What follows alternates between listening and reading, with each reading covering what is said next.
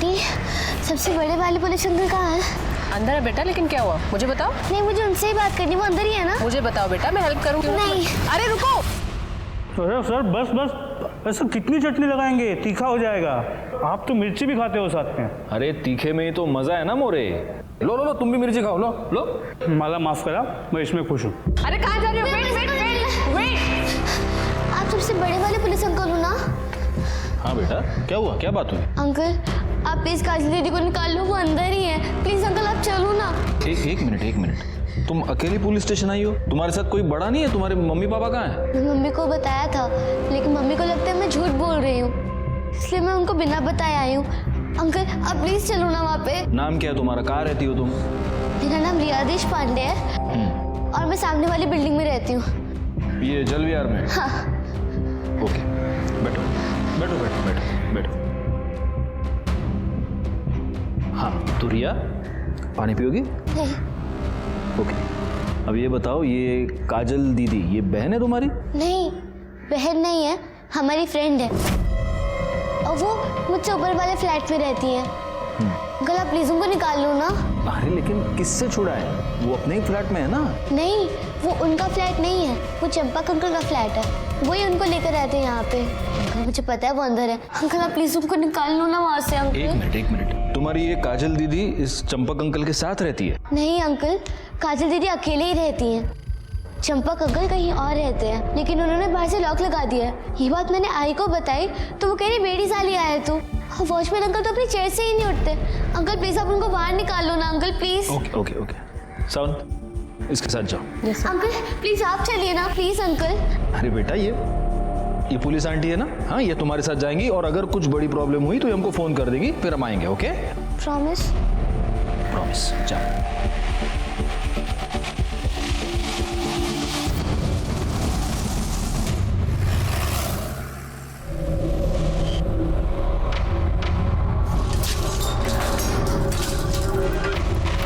बेटा यहाँ तो ताला लगा है, कोई नहीं है अंदर।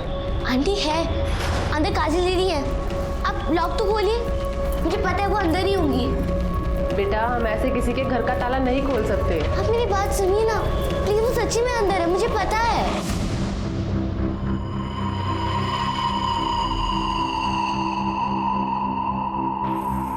एक्सक्यूज मी जी।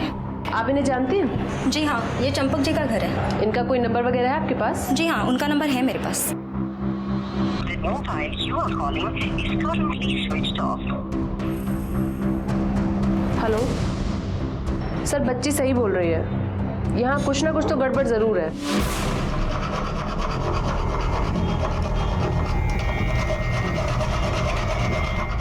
मम्मी, इतनी कंडीशन में कहाँ से आ रही है? कुछ नहीं बेटा।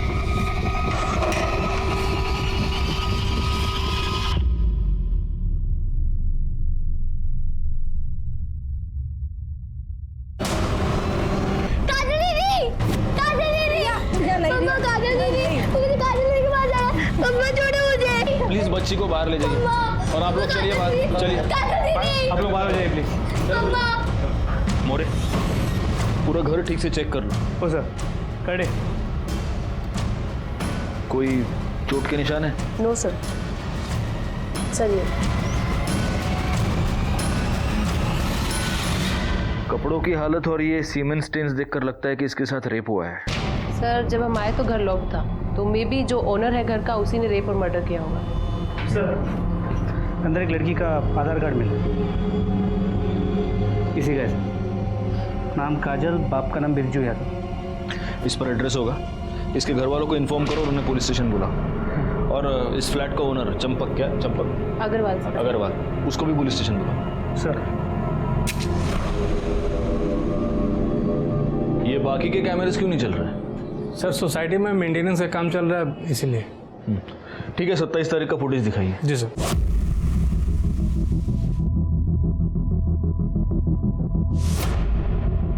सर, सोसाइटी में पहले से सबको इन्फॉर्म कर दिया गया था कि 27 तारीख को मेंटेनेंस के चलते दिन में 2:30 से 5:30 के बीच लाइट नहीं रहेगी, लेकिन सर काम जल्दी पूरा हो गया तो लाइट 3:30 बजे आ गई। नहीं, इसका मतलब 27 तारीख का 2:30 से 3:30 से 1 घंटे का फुटेज ही हमारे पास नहीं है। नहीं सर। हाँ ठीक है मोरे, बाकी का फुटेज जल्दी से जल्दी कलेक्ट करो।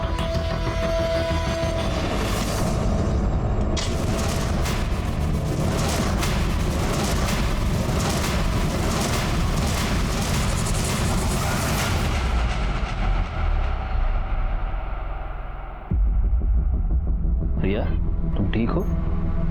क्या हम बात कर सकते हैं? जी। मुझे एक बात बताओ, तुम्हारी काजल दीदी को तुम कब से जानती हो? 6 महीने पहले, जब वो हमारी बिल्डिंग में नहीं आई थी।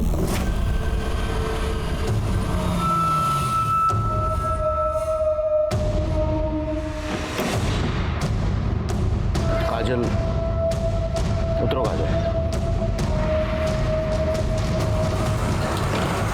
चलो। उन्होंने मुझे बताया था कि उनकी आई उन्हें छोड़कर चली गई थी। हम बोल रहे हैं, थोड़ा सब्र करो, सब ठीक कर देंगे। अरे तुम्हारा बाप कौन सा बहुत बड़ा धंधा सेठ रहा जो हमें बातें सुना रही हो? हमारे बाप पे जाने की औकात नहीं है तुम्हारी। 2 कौड़ी के आदमी है तुम। चिरकुट पत्नी करने के अलावा तुम्हारे पास और कोई काम है क्या? हमें नहीं रहना है, हम जा रहे हैं। हमें छोड़ के मत जाओ, हम नहीं रह पाएंगे। हमें साथ लेकर चलो, हम नहीं रह पाएंगे। मत जाओ बिटिया, हम आएंगे तुमको लेने, पर अभी नहीं लेके जाएंगे। नहीं रह पाएंगे। काहे नहीं लेके जा सकती? ये तुम्हारी और तुम्हारे पहले पति की औलाद है, तो संभालो इसे। हाँ तो इसको हमेशा के लिए छोड़ के नहीं जा रहे हैं, बस कुछ दिन की बात है, फिर आके लेके जाएंगे हम। तब तक ध्यान रखो इसका। अभी नहीं काजल दीदी आते जाते मुझे मिलती थी। पहले तो वो उससे मुझे स्माइली देती थी। दीदी, आप मेरे साथ खेलोगे? अभी मुझे कुछ काम है, तुम खेलो, बाद में खेलूंगी। हाँ ठीक है। फिर धीरे धीरे हमारी दोस्ती हो गई। तुम मुझे पकड़, ठीक है ना? हाँ। चल चल चल।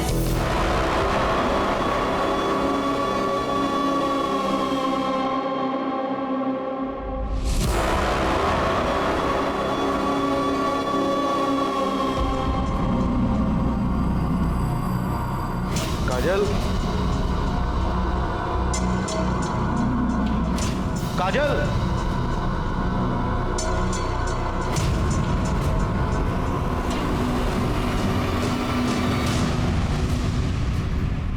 काजल ने तुम्हें बाद में बताया कि वो क्यों भाग गई थी? हाँ, क्योंकि वो अपनी मम्मी को बहुत मिस कर रही थी, इसलिए वो अपनी मम्मी से मिलने गई थी। फिर काजल दीदी कभी भी अपने घर नहीं गई। उनका फ्लैट से निकलना भी बंद हो गया। तुम क्या है?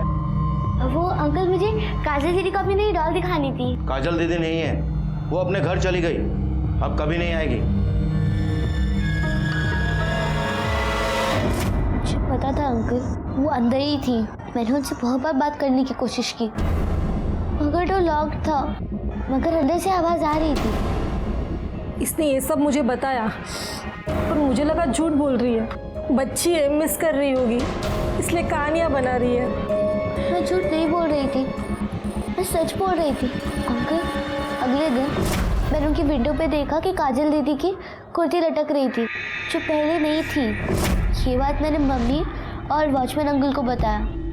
जब उन्होंने मेरी बात नहीं सुनी तो मैं आपके पास आई। तुमने बिल्कुल सही किया। देखो बेटा, मैं तुम्हारी काजल दीदी को वापस नहीं ला सकता, लेकिन जिसने भी उसके साथ ये किया है उसे सजा जरूर दिलवा सकता हूँ।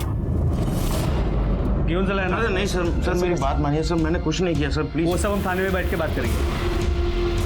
सर मेरी बात मानिए सर। अरे सर, मैंने यकीन किए सर, मैंने कुछ नहीं किया सर, प्लीज मेरा। आपने कुछ नहीं किया? नहीं सर। फिर फोन बंद क्यों था आपका? सर वो मैं पनवेल गया था, तो मैं चार्जर घर पे भूल गया था, तो फोन की बैटरी डाउन हो गई थी सर। सर सच्ची सर मेरी बात। आप चुप रहिए। सर मैंने कुछ नहीं किया सर, बाकी बातें थाने में मानिए करते हैं। सर। अरे sir sir sir please sir.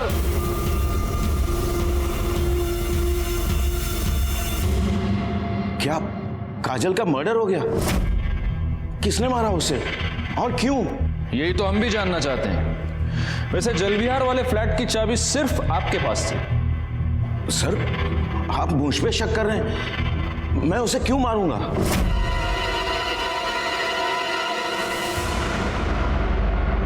वाह बिरजू, बिना पैसे दिए ही जा रहा है। चप्पल सेठ आप? अरे काहे का सेठ? जिसके तेरे जैसे कर्जदार हो उसे कंगाल होने में ज्यादा समय नहीं लगेगा। देख, पहले मेरे 8 लाख रुपया वापस कर, फिर यहां से हिलने की सोचना, क्योंकि बिना पैसे मैं तुझे मरने भी नहीं दूंगा। सेठ जी हम तो बस नई जगह नया काम ढूंढ रहे हैं सेठ जी। ताकि 2 पैसे कमा के आपकी उधारी चुका सके। सेठ जी थोड़ी मोहलत दो ना। मोहलत? अरे बहुत दे दी मोहलत और बहुत कर लिया विश्वास। देख, अब या तो तू मेरे पैसे वापस दे दे या कोई गारंटी। तो पहले से ही सब कुछ गिरवी रख चुके हैं सेठ जी। हमारे पास कुछ नहीं है सेठ जी। वो तू देख ले, पर आज मैं यहां से हिलने वाला नहीं।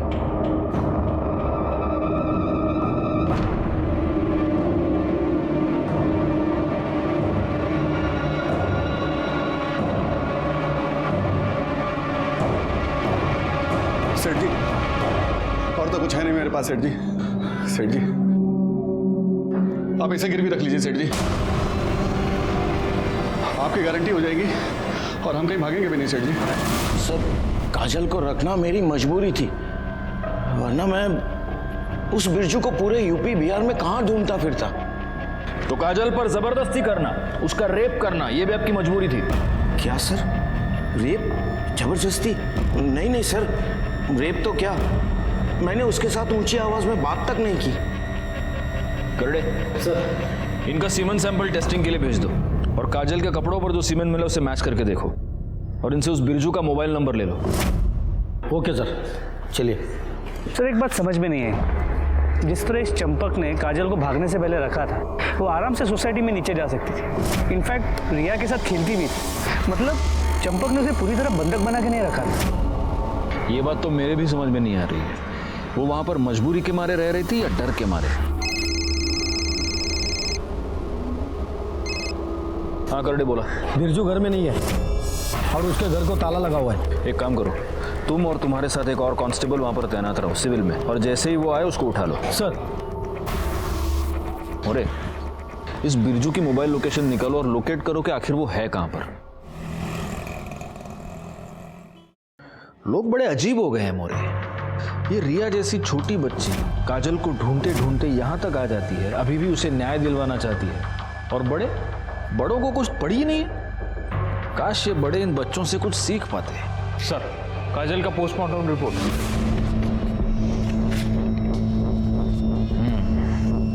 मौत का समय दोपहर को 2:30 से 3 के बीच।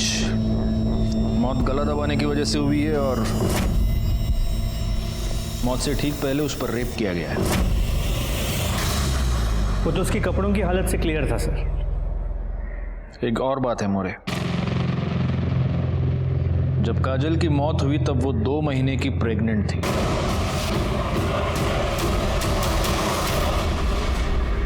छह महीने तक तूने उस लड़की को कैद करके रखा, उस पर रेप किया, उसे प्रेग्नेंट कर दिया और फिर उसे मार दिया।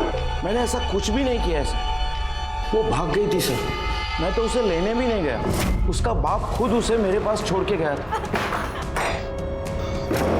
माफ कर दीजिए सेठ जी, बच्ची है सेठ जी, भला बुरा का कोई समझ नहीं है इसे, लेकिन एक बात हम इसके खोपड़े में अच्छी तरह घुसा दिए हैं कि जब तक हम इसे लेने ना आए ना, ये हिलेगी नहीं यहाँ से सेठ जी।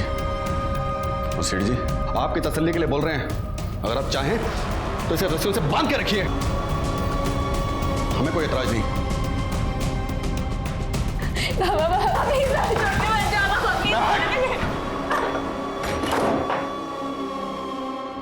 सर काजल के कपड़ों पे मिले सीमेंट स्टेन्स इसके सीमेंट से मैच नहीं करते। देखा सर, मैं झूठ नहीं बोल रहा हूँ सर। अब तो आपको प्रूफ भी मिल गया है सर। सर प्लीज प्लीज मुझे जाने दीजिए सर, प्लीज। जाओ। सर आपने इसे जाने क्यों दिया? कैसे बिठा के रख सकते हैं मोरे? इसके खिलाफ कोई भी ठोस सबूत नहीं हमारे पास। कोर्ट में छूट जाएगा, ना वो उस घर में रहता था, ना उसका सीमेंट मैच हो रहा है।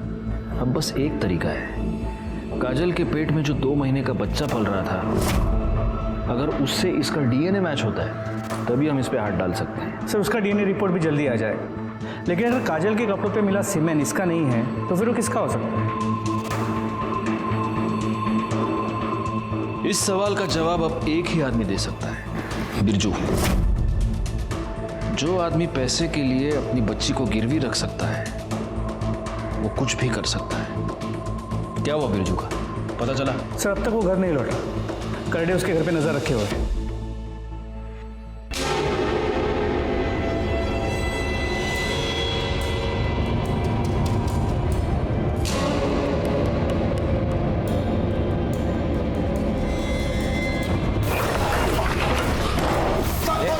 भागने की इतनी भी क्या जल्दी है? पहले बड़े साहब को तो मिल। साहब मैंने क्या किया? साहब चल चल। सौतेला बाप होने का बहुत अच्छा फर्ज निभाया तुम। साहब हम सौतेले से ही मगर सगे से भी ज़्यादा प्यार किए हैं उसको। उसकी माँ के जाने के बाद भी हम ही देखभाल किए थे साहब उसकी। हाँ हम जानते हैं कैसे देखभाल किया तुमने। चल ये बता 27 तारीख को दिन में कहाँ था तू? साहब हमेशा की तरह काम की खोज में इधर उधर भटक रहे थे साहब। तो तेरे को जब काम नहीं मिलता तो तू चोरों की तरह अपने ही घर में घुस के आते, या आज कुछ स्पेशल था तेरा? हाँ बैंक वालों का और चंपक सेठ का कर्जा सर पे चढ़ गया था साहब। बैंक वालों ने तो एक दो बार हमको पिटवाया भी साहब। हमारी फिराक में रहते हैं इसीलिए हमको अपने घर में चोरों की तरह जाना पड़ता है साहब। और उधर ये बीवी ए सोना किधर है वो? अरे काहे की बीवी साहब, वो तो हमें 6 महीने पहले ही छोड़ के चली गई। कहने को हमारी है, रहती किसी और के साथ है साहब। किसके साथ? वो पता नहीं। क्यों? उसके चले जाने के बाद दोबारा उससे मिला नहीं कभी? एक बार घर पे आई थी साहब, मिलने नहीं झगड़ा करने। अरे 10 बार बोल चुके हैं, हमें नहीं पता काजल कहाँ पर है। देखो हम आखिरी बार पूछ रहे हैं, बता दो कि काजल कहाँ है। पहली बार पूछो या आखिरी बार?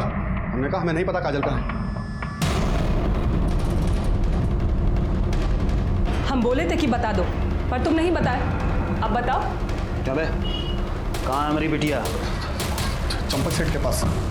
तो जब तक हम उधारी का पैसा ना चुका दें उसका, चंपक सेठ ने उसे गिरवी रखा है अपने पास। अबे साले, हाँ? तुमने हमारी बिटिया को का सामान समझ रखा है, तो ये छोड़ के गई तो तुमने गिरवी रख दिया। बता दे रहे हैं हम दोनों को, अगर हमारी बिटिया को कुछ हुआ ना तो दोनों को चीर के रख देंगे हम। मदन के डर से हम अपने ही घर में छुप के रह रहे हैं साहब। और वो चंपक सेठ साहब बिना पैसे दिए वो काजल को नहीं छोड़ेगा साहब। हमारे लिए तो इधर कुआं उधर खाई है साहब, क्या करें हम? अब अगर तूने उसके पैसे दे भी दिए तो भी काजल तेरे पास वापस नहीं आ सकती, क्योंकि वो मर चुकी है। चंपक अग्रवाल के फ्लैट में किसी ने उसका मर्डर कर दिया है। बड़ा ही अजीब केस था, जहां रिश्ते रिश्तों को बेच रहे थे, उन्हें धोखा दे रहे थे। हमने बिरजू का सीमेंट सैंपल काजल के कपड़ों पर मिले सीमेंट से मैच करके देखा, लेकिन हमारे हाथ कुछ नहीं आया। अगर ये दोनों बेगुनाह थे तो फिर वो कौन आदमी था जिसने काजल पर रेप किया, उसे प्रेग्नेंट कर दिया और फिर उसका मर्डर किया? जो भी हुआ था वो उसी टॉप फ्लोर के फ्लैट में हुआ था जहां पर काजल कैद थी, और जिस फ्लैट में सिर्फ चंपक अग्रवाल की फैमिली ही आ जा सकती थी। इसीलिए हमने 27 अप्रैल का बिल्डिंग का सीसीटीवी फुटेज चेक किया और हमारे हाथ एक नई लीड लगी। अरे ये तो आकाश है। एक मिनट पॉज करो। सर ये चंपक जी का पोता है, कभी कभी यहाँ आता है। हो सकता है इसी ने रेप किया हो। एक काम करो, आगे का फुटेज दिखाओ, देखते ये बाहर कब निकला है या फिर ये अग्रवाल फैमिली का कोई और मेंबर आया है या नहीं। दिखाओ जरा। बस सर इतना ही है। सर अगर वो आकाश है तो वो दिन में 2:30 बजे आया है और शायद इसी 1 घंटे के बीच वो वापस चला गया, क्योंकि उसके फैमिली का और कोई दूसरा मेंबर आता जाता दिखाई नहीं दिया। ओके मोरे, इस अग्रवाल फैमिली के बारे में पूरी इन्फॉर्मेशन मुझे चाहिए। किसी अंदर के बंदे को काम पर लगा दो, कोई मेड सर्वेंट या कोई और। अभी ये चंपक सेठ का फैमिली के बारे में क्या बोलने का मैडम? वो फैमिली में सब जेंटलमैन लोग रहते। जेंटलमैन मतलब? इनकी फैमिली में ना 4 मर्द रहते। एक वो चंपक सेठ, उनका छोटा बेटा प्रवीण, उनका बड़ा बेटा नितिन और नितिन का बेटा आकाश। वो 4 लोग मेरे को घूरने का तो छोड़ो, लेकिन ऐसा आंख उठा के भी नहीं देखते। मैं 3 साल से उनके घर में काम करती है। एक दिन तो ना मैं मैडम एक लाल रंग की साड़ी पहनी थी, तभी इधर का सब लोग मेरे को देख के क्या बोला मालूम? बोला सुनीता तू तो मार ही डालेगी सबको। मैडम लेकिन ये घर का लोग कोई भी मेरे को पलट के भी नहीं देखा। एक दिन ना मैडम मैं ऐसा फ्रॉक जैसा ड्रेस पहनी थी, तब मैं सोची थी कोई नहीं तो यह आकाश तो मेरे को जरूर देखेगा। उसका तो अभी उम्र है ना, ये उम्र में तो सब चलता है, लेकिन वो भी नहीं देखा। वो तो दिन भर ना वो उसके आइटम है ना पूजा, उसके साथ फोन में लगा रहते बात करते। दोनों का लफड़े की वजह से ना घर में एक दिन बहुत बड़ा राड़ा हो गया। मतलब इस आकाश को छोड़ के घर में सब ठीक ठाक सीधे एकदम?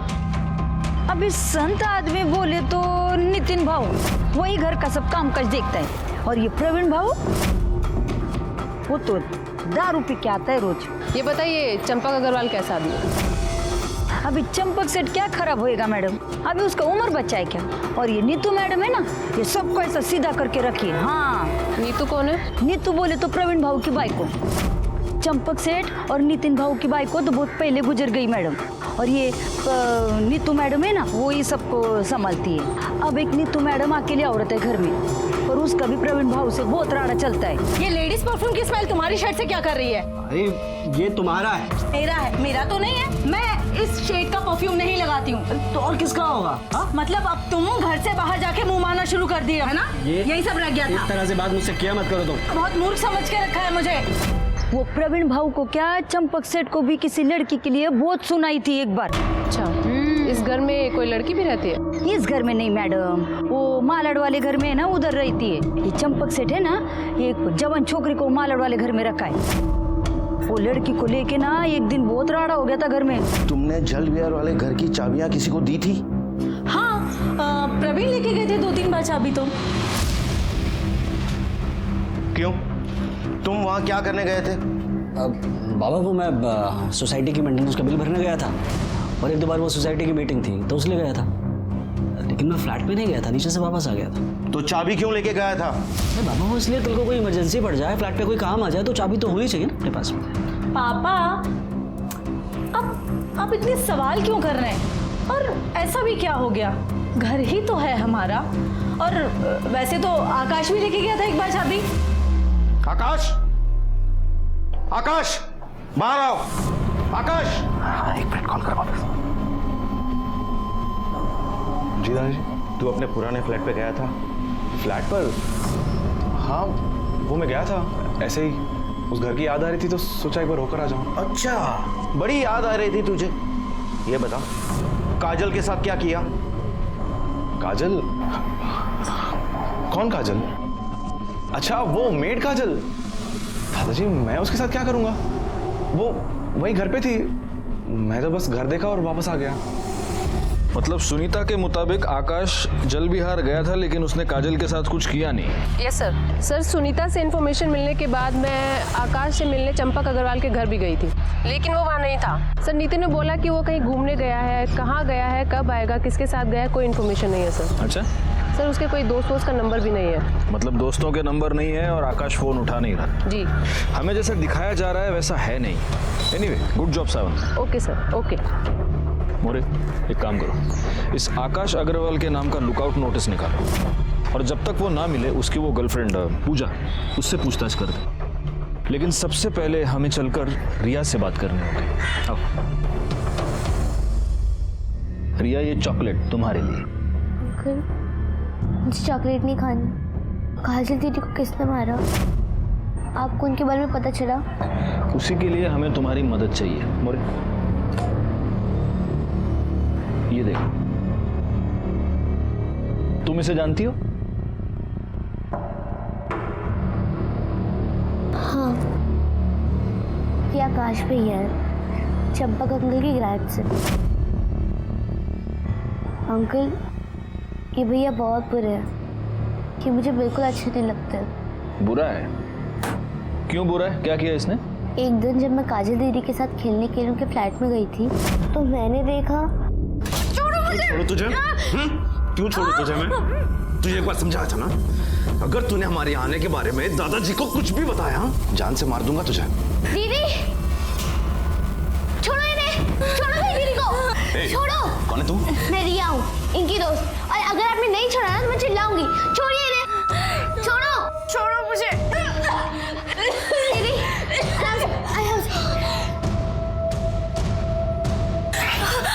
जो मैंने कहा उसे याद रख। चलो। अच्छा, आप एक बात बताइए मोरे, ये आकाश के पिता नितिन या फिर इनके भाई प्रवीण, इन दोनों को आपने बाद में कभी आपकी सोसाइटी में देखा है? जी, प्रवीण भाऊ को मैंने सोसाइटी मीटिंग में 1-2 बार देखा है। तो नितिन भाऊ को जब से इन लोग शिफ्ट हुए ना, 2 साल हो गए, तब से यहाँ नहीं देखा। नितिन भाऊ बहुत अच्छे इंसान है, पर उनका बेटा वो तो एकदम आवारा बन गया है। और ये प्रवीण भाऊ वो तो नितिन भाऊ से एकदम उल्टे। दारू पीना, तमाशा करना, वॉचमैन के साथ मारामारी करना, ये उसका रोज़ का काम है। इसीलिए सोसाइटी में उसकी कंप्लेंट हो गई थी। उसी के बाद चंपक भाऊ ने यहाँ से शिफ्ट कर लिया। ठीक है, हम चलते हैं। रिया, और ये चॉकलेट तुम्हारे लिए। अंकल, आप काजल दीदी को जिसने मारा है अपने पकड़ तो लोगे ना? बहुत जल्दी पकड़े। हाँ? क्या सावंत मैडम, आपको कुछ सुनाई दिया? No sir. मोरे, तुमने सुना कुछ? कुछ सुनाई नहीं दे रहा। वॉल्यूम बढ़ाइए थोड़ा अपना। हाँ चलो बताओ। सर, मेरे और आकाश के रिलेशनशिप में कोई कमिटमेंट नहीं था, वो बस सेक्सुअल था। देखो पूजा, कुछ भी बोलने से पहले जरा सोचना, क्योंकि अगर तुमने झूठ बोला तो सावंत मैडम तुम्हें इतना मारेंगी कि बाद में तुम कुछ भी बोलने के काबिल नहीं रहोगे। जो भी बोलना सच बोलना, ओके? हाँ चलो बोलो, क्या हुआ फ्लैट में? सर, उस दिन मैं और आकाश बेडरूम में थे।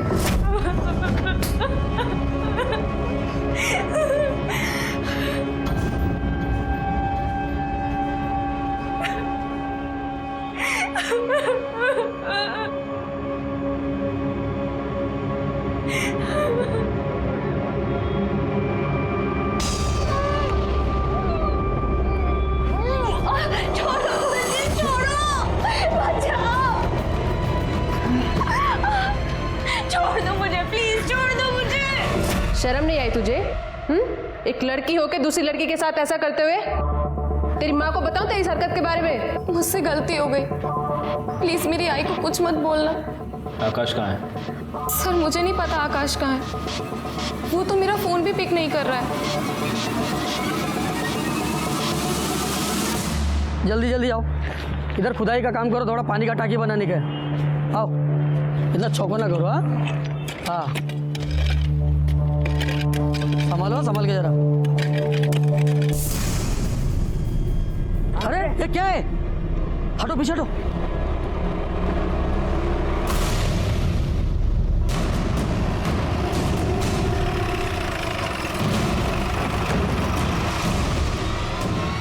जैन सर, बॉडी की एग्जामिनेशन हो चुकी है। औरत की उम्र लगभग 40 साल की होगी और उसके पेट में एक नहीं बल्कि कई बार चाकू से वार किया गया है। सर, बॉडी की हालत देखकर यही लग रहा है कि इसकी मौत कम से कम 2 से 3 दिन पहले हुई होगी। सावंत, बॉडी को पोस्टमार्टम के लिए भेज दो। करडे, बघा जरा आसपास का सापड़ता का आई कार्ड, मोबाइल।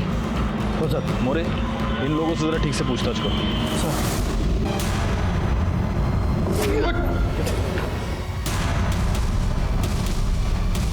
सर, ये तो काजल की माँ सोना है।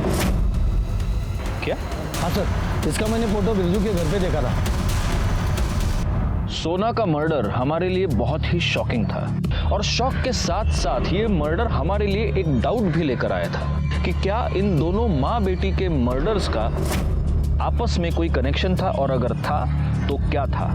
फॉरेंसिक रिपोर्ट के मुताबिक चंपक अग्रवाल के फ्लैट के दरवाजे पर रिया, काजल, चंपक और आकाश के अलावा 3 और लोगों के फिंगरप्रिंट्स मिले थे। इसका मतलब वहां पर कोई और भी आया था। फॉरेंसिक रिपोर्ट के बाद हमने सीसीटीवी फुटेज चेक किया, जिसमें से एक नया सच सामने आया जो चंपक के बेटे प्रवीण से जुड़ा हुआ था। सर, ये आप मुझे क्यों दिखा रहे हैं? इसलिए दिखा रहे क्योंकि तूने ये कहा था कि तू जल विहार वाले फ्लैट पर कभी गया ही नहीं। जी। लेकिन काजल के मर्डर से 1 हफ्ते पहले यानी 20 तारीख को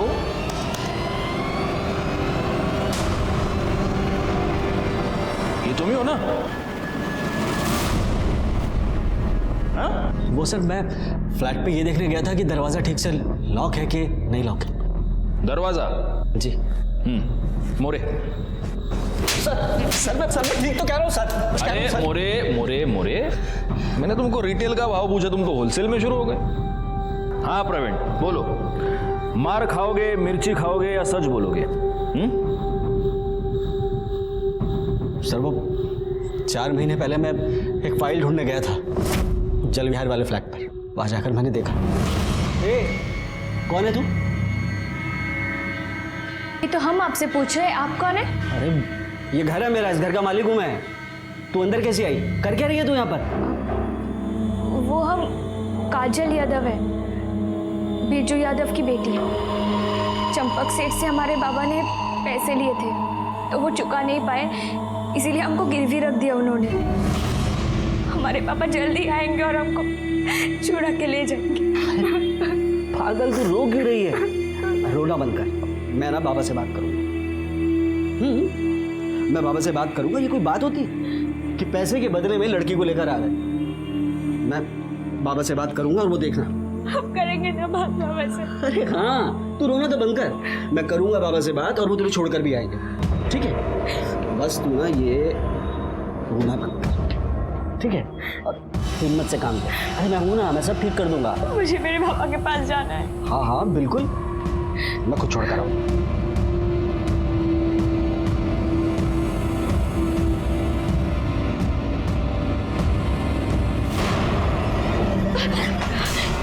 क्या कर रही है तू? अपने आजाद होने की कीमत तो देनी पड़ेगी ना।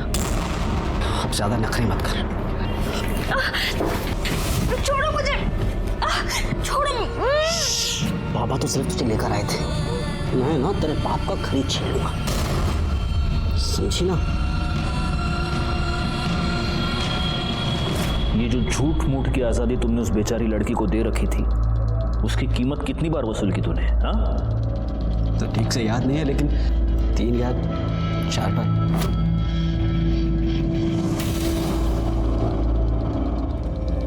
आखिरी बार कब गए थे? 1 हफ्ते पहले। साले, तुझे जो चाहिए था वो सब कुछ तुझे मिल रहा था, तो उसको मार क्यों दिया? सर मैंने काजल को नहीं मारा सर मैं कसम खाकर कहता हूं मैंने उसको खून नहीं किया। अरे इसका सीमेंट सैंपल टेस्टिंग के लिए भेज दो। काजल के कपड़ों पर जो सीमेंट मिला उससे मैच करके देखो। लेके जाओ इसको। सर चल। और सुने प्रवीण, तेरा टेस्ट नेगेटिव भी आया ना तो रेप केस के चार्ज में तो अंदर कर ही दूंगा तेरे को मैं। आप मेरी बात सुनिए। चल रहे, मेरी बात तो सुनिए आप। अरे सर, आकाश ने अभी पूजा को कॉल किया था, हमने उसकी लोकेशन ट्रेस कर ली है। कहाँ पे? न्यू पनवेल में।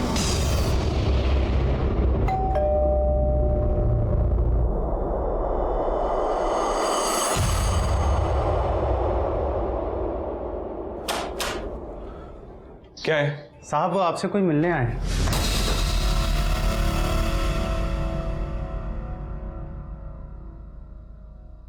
काजल पर कितनी बार रेप किया तूने? 2 बार सर। एक बार पूजा के साथ, दूसरी बार last month. Sir sorry sir, मैंने बहुत ज़्यादा पी रखी थी सर, और उसके बाद पूजा भी अवेलेबल नहीं थी सर, तो मैं वहाँ चला गया।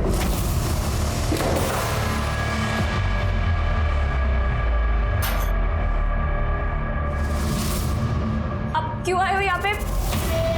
चले जाओ आप यहाँ से, अब चले जाओ वरना मैं चिल्लाऊंगी। मैं बोल रही हूँ। छोड़ो मुझे। चिल्ला? छोड़ो, छोड़ दो। चिल्ला।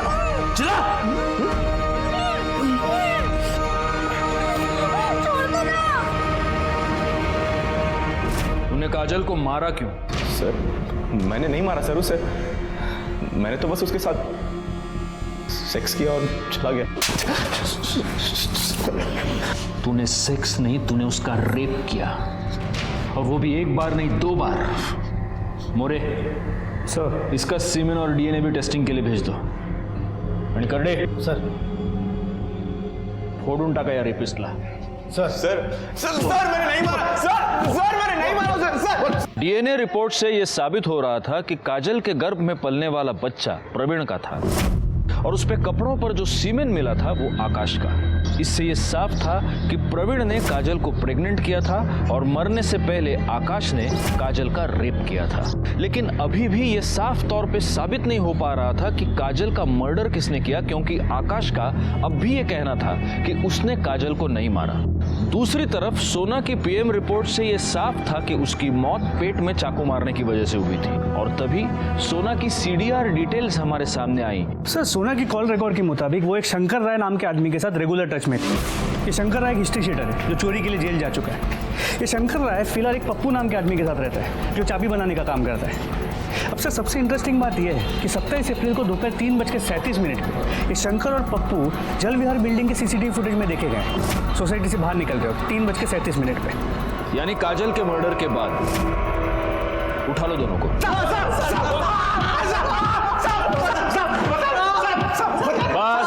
बस मोरे, बस।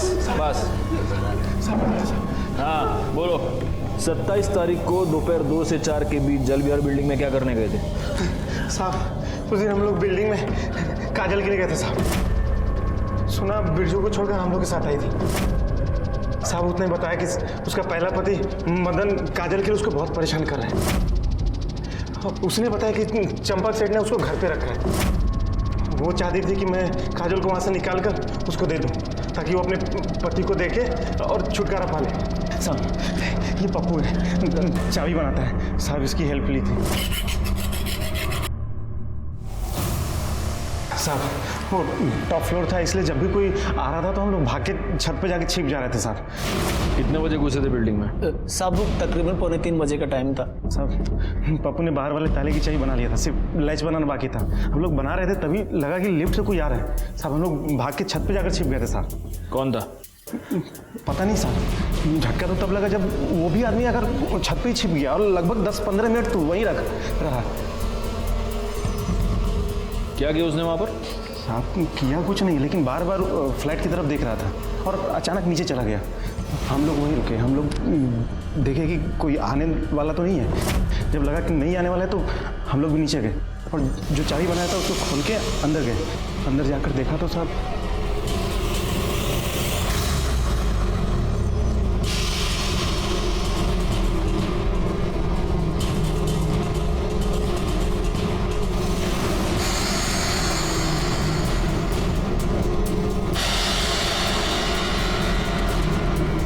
ये तो मरी हुई है। यार देख, ये कोई बड़ा लोचा लगता है। इससे पहले कोई हमें देख ले, यहाँ से निकल लेते हैं। उस आदमी को पहचान सकते हो? स्केच बनवा सकते हो उसका? हाँ सर, जिस दिन काजल का मर्डर हुआ था उस दिन सोना यादव और मदन का मोबाइल लोकेशन बिरजू के घर का दिखा है। और एक बात सर, सोना का मोबाइल भी वही लोकेशन पे बंद हुआ था। मोरे, इस बिरजू को उठा लो। हो सर।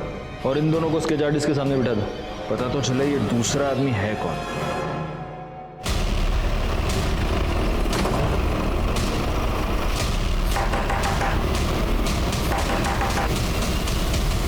साहब आप लोग, आपका क्या हमने साहब?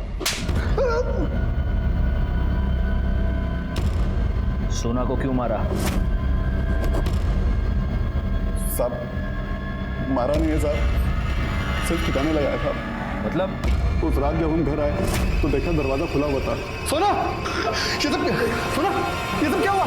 क्या हुआ सोना? अब सोना ने हमको बताया कि उसका पहला पति मदन, उसने आके उसे मारा है साहब। हमको लगा था कि तुम अपनी बिटिया के लिए परेशान हो रहे हो, लेकिन हमें अब पता चल गया है तुम काजल को बेचना चाहते हो, इसीलिए ढूंढ रहे थे ना उसे। हम अभी जाके पुलिस को तुम्हारे बारे में सब कुछ बता देंगे। सोना मर चुकी थी साहब और हमारे हाथ में चाकू और कपड़ों पे लगा खून देखकर हम समझ गए थे साहब, कोई भी हमारी बात का यकीन नहीं करेगा कि हमने सोना को नहीं मारा साहब। इसीलिए सोना को ठिकाने लगाने का चाकू और मोबाइल फेंक दिया साहब। तो जब ये मदन पकड़ा जाएगा तब पता चल ही जाएगा कि तू सच बोल रहा है या नहीं। तब तक यहीं बैठा रहे और मिर्ची खा। साहब गलती हो गई साहब, माफ कर दीजिए साहब। साहब सर, दरवाजे पे मिले 3 अननोन फिंगरप्रिंट्स का पता चल गया है। ये शंकर, पप्पू और प्रवीण के। और सर ये जो स्केच है ये पप्पू और शंकर ने बनवाया है। डालो इसको। मैंने ही काजल को मारा है सर। मैं उसी दिन समझ गया था कि कुछ गलत हो रहा है जब पापा ने आकाश से काजल के बारे में बात की और उसने गोल-मोल जवाब दिया। इसलिए मैंने उससे अकेले में पूछा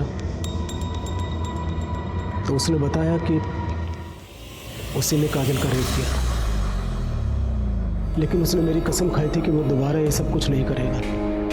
इसलिए मैंने ये बात किसी को नहीं बताई, लेकिन मैंने उस पर नज़र रखनी शुरू कर दी। आखिरकार वही हुआ जिसका डर था।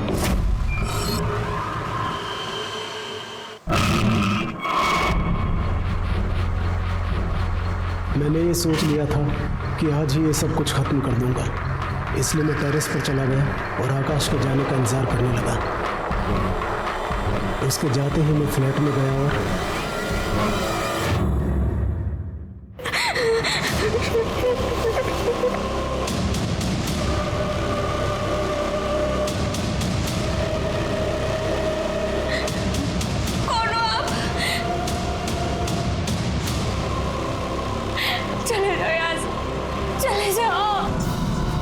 मुझे पता था उस दिन सोसाइटी में पावर कट होने वाला है, इसलिए सीसीटीवी फुटेज में हमें से कोई नहीं दिखाई देगा। हर केस की एक कहानी होती है, लेकिन इस केस में 2 हत्याएं हो चुकी थी, पर कहानी अभी तक साफ नहीं हुई थी। एक आम सी जिंदगी में दिन दहाड़े घर में घुसकर हत्या और लूट का मामला तूल पकड़ रहा था।